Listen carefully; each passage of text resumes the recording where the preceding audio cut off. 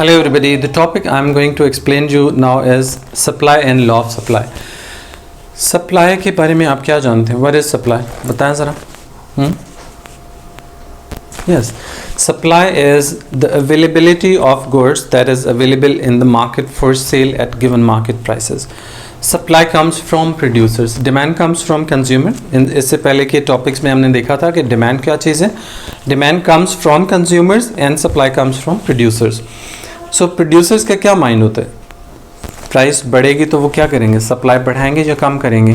क्या सोच रहे हैं आप? बताएं ज़रा.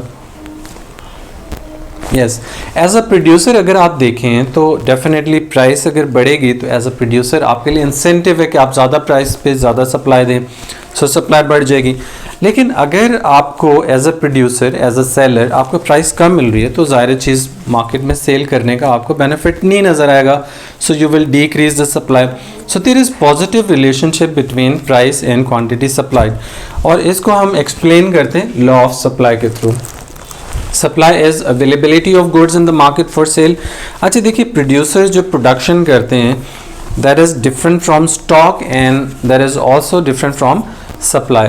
Production is the quantity that is the total quantity produced by the producers. अब होता यह है कि जितनी भी प्रोडक्शन होती है वो सारी की सारी मार्केट में तो सेलर्स सप्लायर्स नहीं भेज देते, प्रोड्यूसर्स नहीं भेज देते. उसमें से कुछ क्वांटिटी वो स्टोर में रख लेते हैं. The quantity kept in store is known as stock, और जितनी क्वांटिटी वो मार्केट में सेल के लिए भेजते हैं उसको सप्लाई का नाम देते हैं.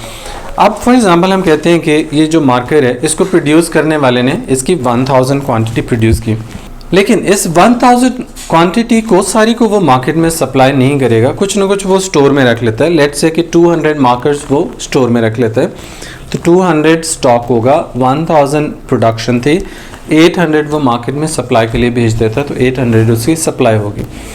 अब ये सप्लाई वो कितनी करेगा, it depends on price. Price के साथ इसका पॉजिटिव रिलेशनशिप है. अगर हम if we keep all other factors constant, price increase होगी तो क्वांटिटी सप्लाई भी इंक्रीज होगी, प्राइस फॉल होगी तो क्वांटिटी सप्लाई भी फॉल होगी. So there is direct relationship और positive relationship between price and quantity supply. Mathematical rule के हिसाब से पॉजिटिव या डायरेक्ट रिलेशनशिप का मतलब ये होता है कि if one variable increases other will also increase. So यहाँ पे दोनों वेरिएबल सेम डायरेक्शन में मूव कर रहे हैं.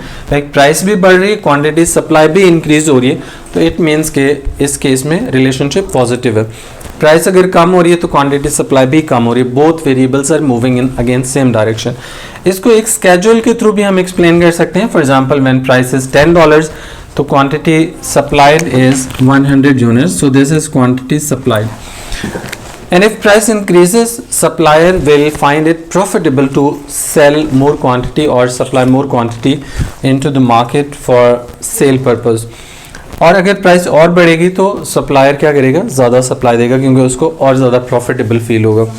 अब इस टेबल को अगर हम ट्रांसलेट करें इस डायग्राम में तो क्या होगा, when price is 10 quantity is 100. सो 10 और 100 को हम इस तरह से ज्वाइन कर सकते हैं and we will get this point. Price 12 पे क्वांटिटी सप्लाई 120 है, तो 120 और 12 को ज्वाइन करें तो ये आपके पास पॉइंट आ जाएगा. 14 पे 140 है, 14 और 140 को ज्वाइन कर लें तो ये आपके पास सब पॉइंट आ जाएगा. अब ये जो 3 पॉइंट्स आपको मिले, इन पॉइंट्स को अगर हम एक लाइन के साथ कनेक्ट कर दें तो ये हमारे पास सप्लाई कर्व कहलाता है. We call it supply curve. Supply curve upward जा रहे हैं, पॉजिटिवली रिलेटेड है, और पॉजिटिवली रिलेटेड होने की मेन रीज़न क्या है, because of positive relationship between both variables. Price is going up, quantity is also going up. When both variables are moving in same direction, graph will have a positive slope. लेकिन as a producer और as a businessman आप सोचें कि क्या सिर्फ price ही होती है जिसकी वजह से आप अपने सप्लाई को बढ़ाते या कम करते हैं? Definitely not. जैसे लॉ ऑफ सप्लाई को हमने देखा कि it keeps all other factors constant. लेकिन what are those all other factors? Those include cost of production, government policies regarding taxes and subsidies. Climate also affects the supply, and similarly state of technology is also main important factor that affects supply. For example, अगर technology अच्छी हो जाए तो हो सकता है कम price पे भी आप ज़्यादा प्रोडक्शन करके ज़्यादा सप्लाई दे सकें.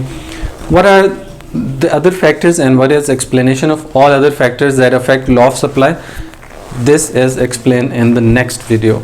So see you in next video.